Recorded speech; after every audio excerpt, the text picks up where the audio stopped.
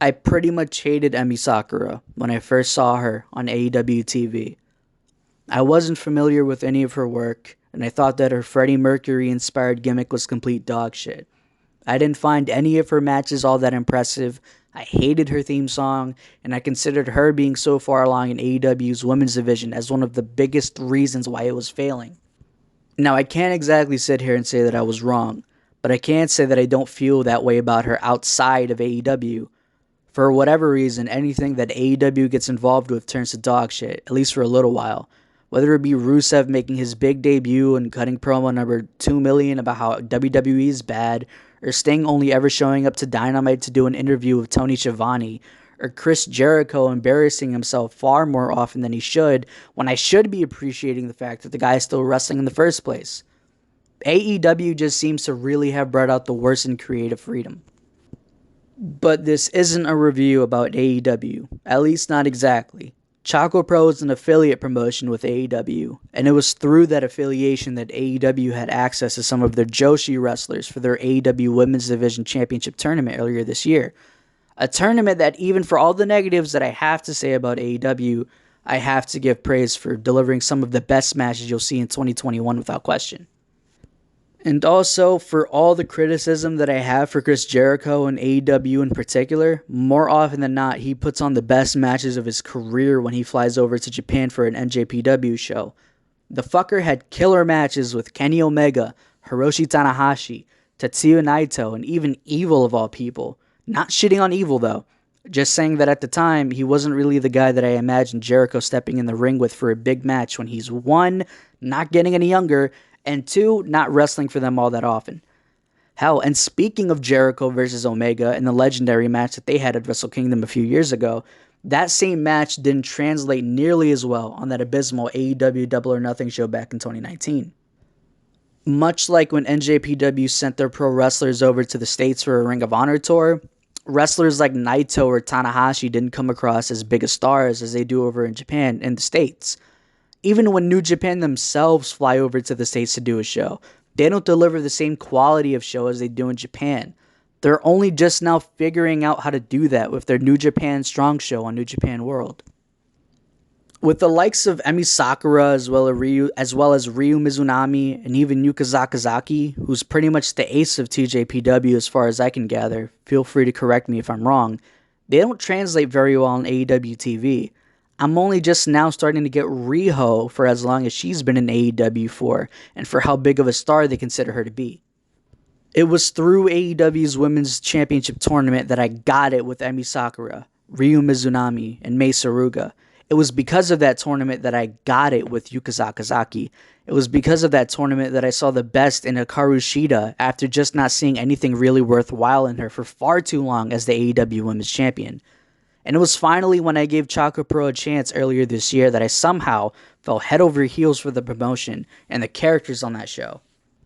I will admit though, I did kind of hate ChocoPro based off of the first match I did see from the promotion.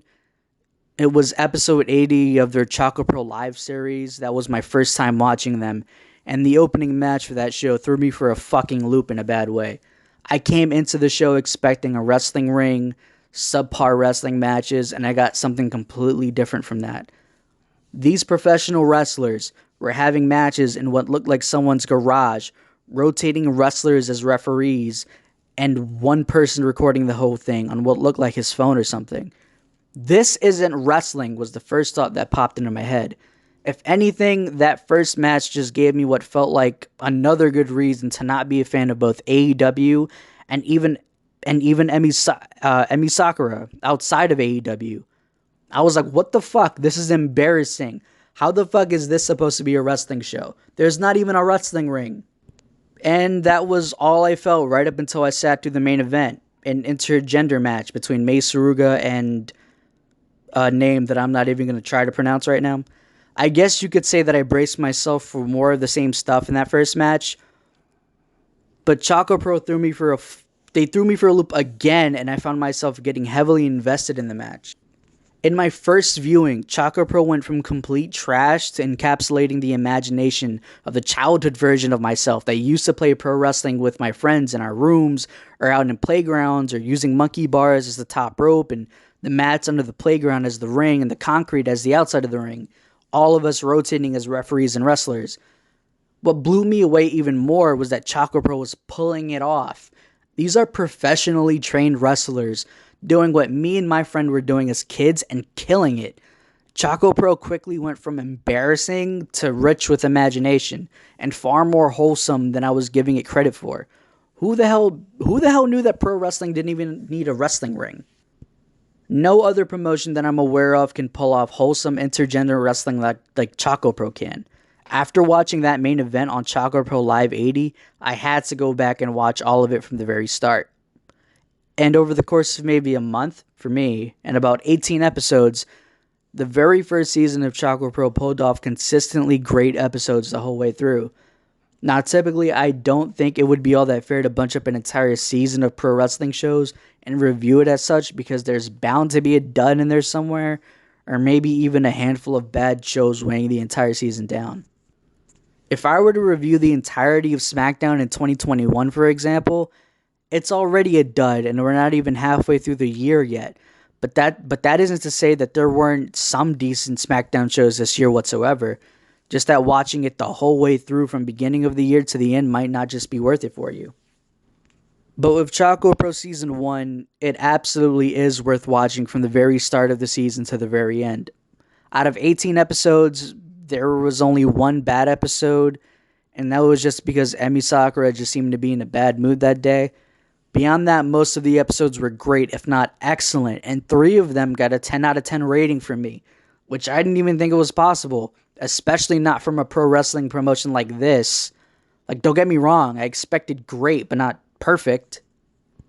And I hope I'm not overselling this to any of you. I'm not familiar with anything from the DDT promotion as of yet, and that seems to be a promotion comprised mostly out of comedy and parody, similar to the nature of ChocoPro itself. Not that it would change anything for me. I still think that ChocoPro Season 1 was just great pro wrestling overall.